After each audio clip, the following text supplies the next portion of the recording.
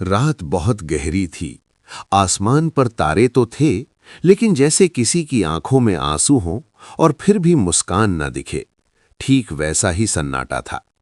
छोटे से शहर नूराबाद की एक तंग गली में, मिट्टी और ईंट से बने एक पुराने से घर में एक आदमी नमाज के बाद देर तक सजदे में पड़ा हुआ था।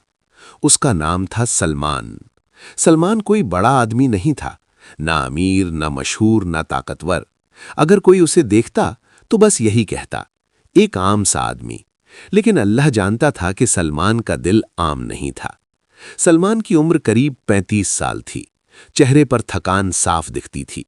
आंखों के नीचे काले साए, हाथों में मेहनत की लकीरें और दिल में एक ऐसा दर्द जो जुबान से कभी बाहर नहीं आया। दर्द की शुरुआत 3 साल पहले तक सलमान की जिंदगी बिल्कुल अलग थी। उसका छोटा सा कपड़े का कारोबार था, घर में सुकून था, एक नेक बीवी आयशा और 7 साल की प्यारी सी बेटी मरियम। सलमान हर फजर के बाद दुआ करता था, या अल्लाह, जो दिया है उसमें बरकत दे और जो नहीं दिया उसकी हसरत दिल से निकाल दे। लेकिन इम्तिहान अचानक आया। पहले कारोबार गिरने लगा, फिर कर्ज बढ़ता गया और एक दिन अल्लाह ने आयशा को अपने पास बुला लिया। या अल्लाह, क्या मेरी खामोशी तुझे सुनाई नहीं देती? फिर वो खुद को समझाता, सब्र कर यूसुफ, अल्लाह देर करता है, अंधेर नहीं। एक दिन फज्र के बाद वो मस्जिद में बैठा था।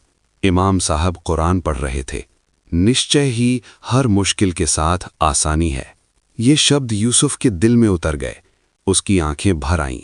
उसी दिन शहर में खबर फैली, एक बड़ा व्यापारी नूराबाद आया है। उसे एक ईमानदार आदमी की तलाश है। लोग दौड़ने लगे, सिफारिशें, झूठ, दिखावा। यूसुफ ने कुछ नहीं किया। वो बस मगरिब के बाद मस्जिद में बैठा रहा और दुआ करता रहा, या अल्लाह, अगर इसमें मेरे लिए भलाई है तो रास्ता खोल दे, और अगर नहीं तो मुझे सब्र अता कर। उसी पल एक अजनबी आदमी मस्जिद में दाखिल हुआ। उसकी नज़र सीधे यूसुफ पर जा ठहरी और यहीं से कहानी ने नया मोड़ लिया। मस्जिद में हल्की सी खामोशी थी।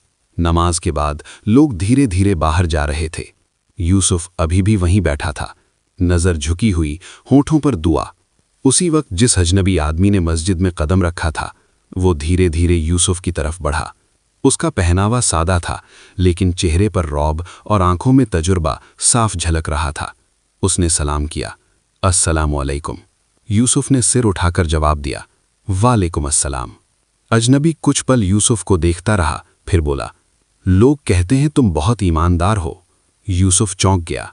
उसने धीमी आवाज में कहा, अगर लोग ऐसा कहते हैं तो वो अल्लाह का करम है, मैं तो बस सच बोलने की कोशिश करता हूं।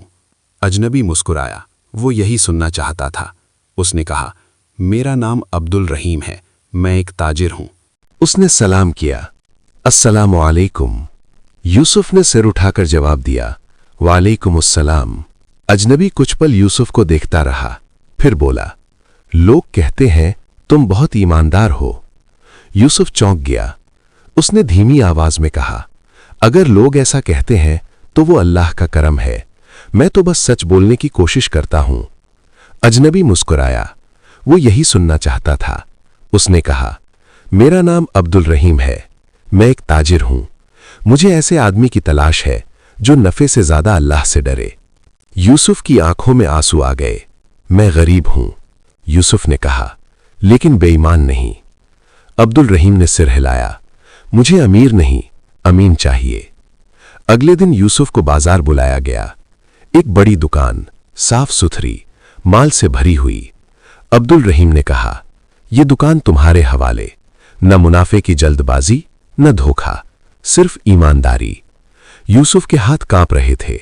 उस रात वो घर आया तो पहली बार बच्चों के लिए पूरा खाना लाया। मां की आंखों में सुकून था, मगर इम्तिहान अभी खत्म नहीं हुआ था। कुछ दिनों बाद एक आदमी आया और बोला, अगर थोड़ा ज्यादा तौल दोगे तो ज्यादा पैसा मिलेगा।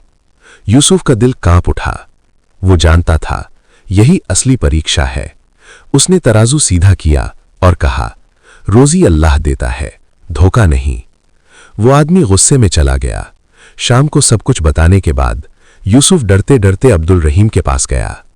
अब्दुल रहीम मुस्कुराया, आज तुम पास हो गए। और फिर उसने जो कहा यूसुफ जिंदगी भर नहीं भूला।